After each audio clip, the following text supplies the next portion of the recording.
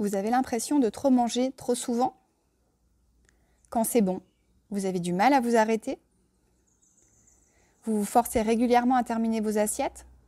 Si vous vous reconnaissez dans une ou plusieurs de ces situations, alors cette vidéo va grandement vous intéresser. Vous voulez savoir comment manger moins sans sentiment de privation?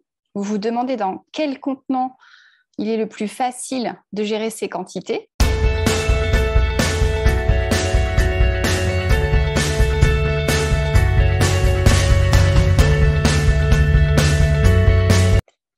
Bonjour, je suis Laetitia Barbier, diététicienne, et aujourd'hui, on regarde ensemble quels sont les contenants à privilégier pour gérer au mieux nos quantités et éviter d'avoir les yeux plus gros que le ventre. En gros, comment sans frustration, simplement en choisissant une vaisselle adaptée, on va pouvoir manger raisonnablement, le tout sans devoir peser, quantifier, grammer. Pour ça, je vais m'aider d'une balance, de différents contenants. On va utiliser aussi un mètre. Et on va mesurer les volumes. On y va? Préférez-vous une petite assiette remplie ou une grande assiette à moitié vide? Vous resservir en mangeant dans une petite assiette ou manger dans une grande assiette en n'en prenant qu'une seule fois? À votre avis, quel contenant contient le plus de pâtes? Le tupperware ou la grande assiette? Réponse en fin de vidéo. Au menu de cette vidéo, nous verrons en premier lieu quelles quantités de nourriture peuvent contenir nos assiettes en fonction de leur taille. Puis nous nous pencherons sur l'évaluation visuelle de nos quantités faites par notre cerveau. Et enfin, je vous proposerai de tester tout ceci vous-même à travers une expérience concrète à faire à la maison. Laquelle de ces assiettes contient le plus de pâtes? S'agit-il de l'assiette A, qui correspond à peu près au format d'une assiette de cantine, de l'assiette B, qui est une assiette creuse, traditionnellement une assiette à soupe, de l'assiette C, qui correspond à une assiette à dessert, ou l'assiette D, qui correspond au format que l'on trouve à l'heure actuelle le plus souvent en magasin? Et oui, sans surprise, il s'agit de l'assiette D. L'assiette D contient donc plus de pâtes que la C. Mais est-ce qu'elle en contient 34% de plus, 80% de plus ou 108% de plus? Mesurons leur diamètre pour répondre à cette question. L'assiette D a donc un diamètre 34% plus important que l'assiette C. L'augmentation de la surface est alors de 80% entre l'assiette C et l'assiette D. Je vous repose donc à nouveau la question. Diriez-vous que l'assiette D contient 34% que la C, 80% ou 108%? Eh oui, il y a 108% de plus dans l'assiette D que dans la C, alors que le diamètre n'a lui augmenté que de 34%. Nous avions donc 200 g de pâtes dans l'assiette C, alors qu'il y en a 415 g dans la D. La taille et la forme de nos assiettes influencent beaucoup leur contenance, et ce souvent à notre insu. Pourquoi y a-t-il un tel décalage entre nos perceptions et la réalité? C'est ce que nous allons voir tout de suite dans la seconde partie.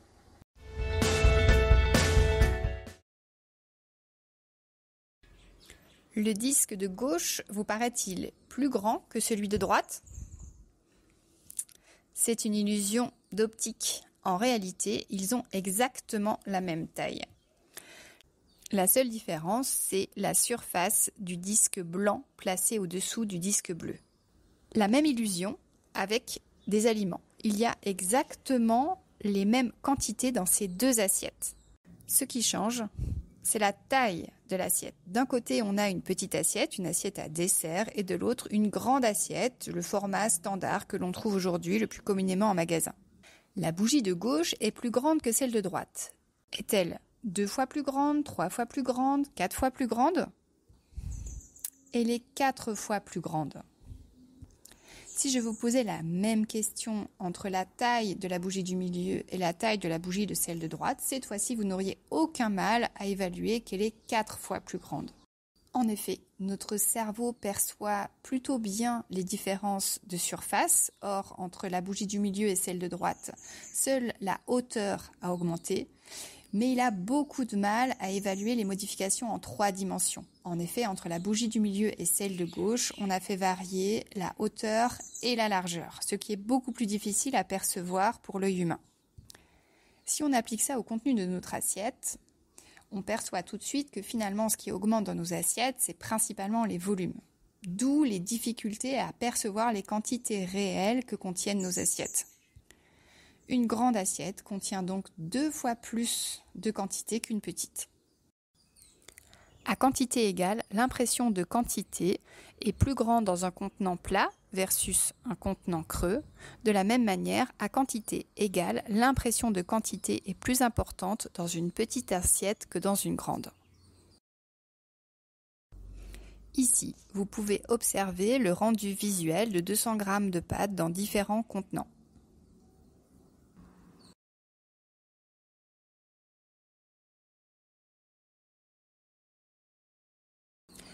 Ainsi, la contenance d'un récipient d'un demi-litre est à peu près équivalent à une petite assiette. L'équivalent d'un contenant d'un litre étant celui d'une grande. À cette question, nous sommes une grande majorité à préférer 2 petites assiettes plutôt qu'une seule grande. C'est ce qu'on appelle le biais de perception des unités. 2 étant supérieur à 1, à quantité égale, une quantité paraîtra plus grande si elle est divisée en plusieurs parts. Sur cet exemple, la surface cumulée des 4 rectangles de gauche paraît supérieure à celle du rectangle de droite, alors qu'en réalité, il s'agit exactement de la même surface. C'est pour cette raison que de se servir 2 fois dans une petite assiette est souvent moins frustrant que de prendre une seule fois dans une grande. De plus, lorsque nous nous resservons, nous avons tendance à en mettre moins dans la deuxième assiette que dans la première.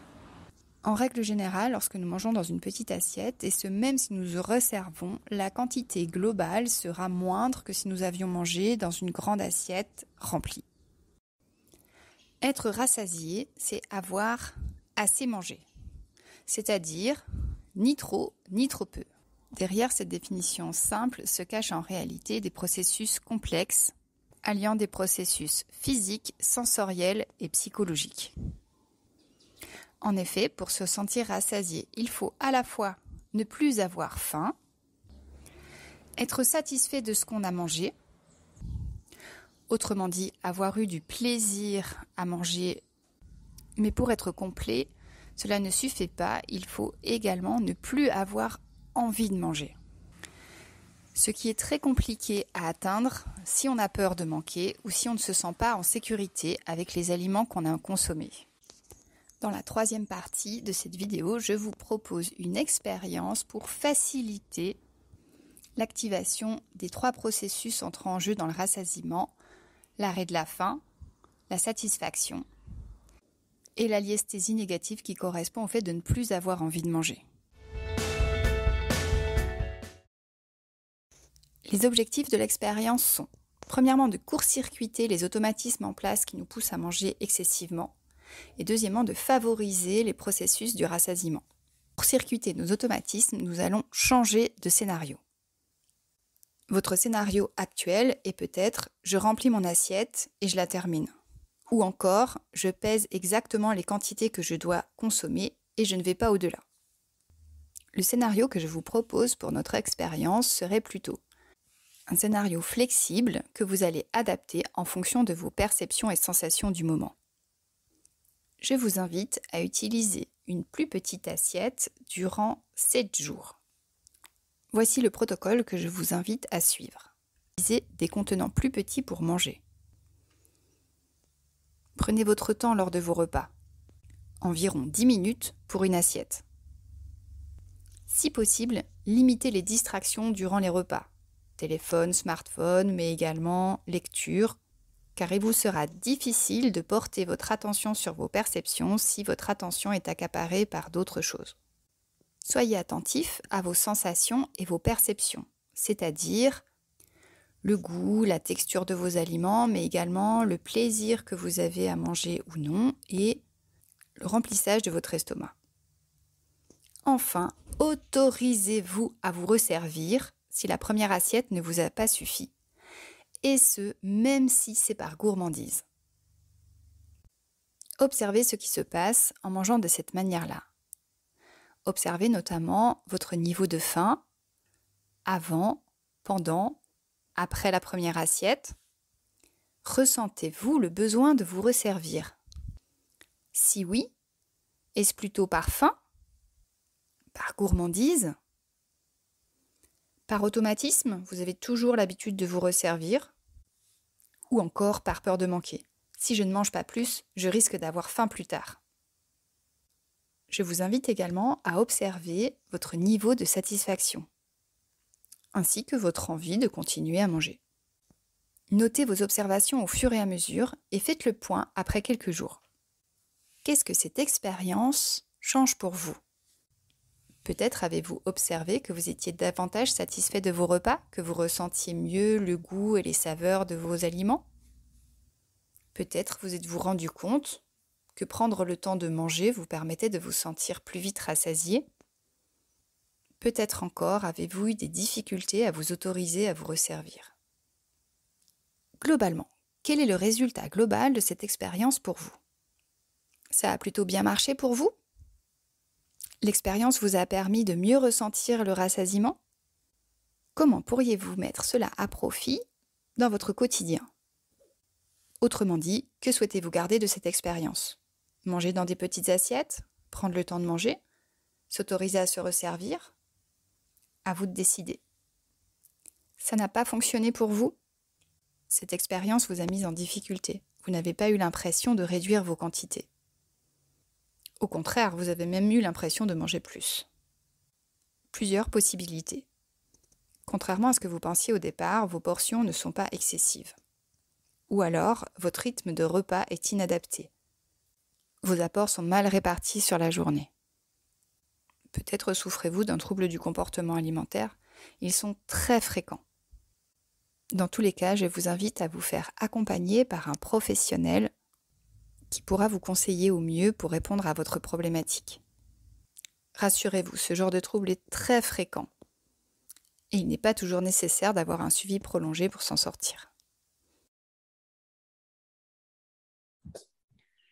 Vous l'aurez compris, avec notre petite expérience, il est plus facile de respecter ses sensations alimentaires et d'éviter de dépasser nos besoins en mangeant dans des contenants plus petits, c'est-à-dire plutôt des contenants plats, éviter les contenants creux, de manger dans des diamètres d'assiettes plus réduites. Ça aide à ne pas se sentir frustré et à mieux gérer ses quantités. À l'inverse, plus vos contenants seront volumineux, plus vos assiettes seront grandes et plus par automatisme vous allez en mettre davantage parce que c'est humain, hein, plus c'est grand, plus on en met et plus on en met, plus on en mange.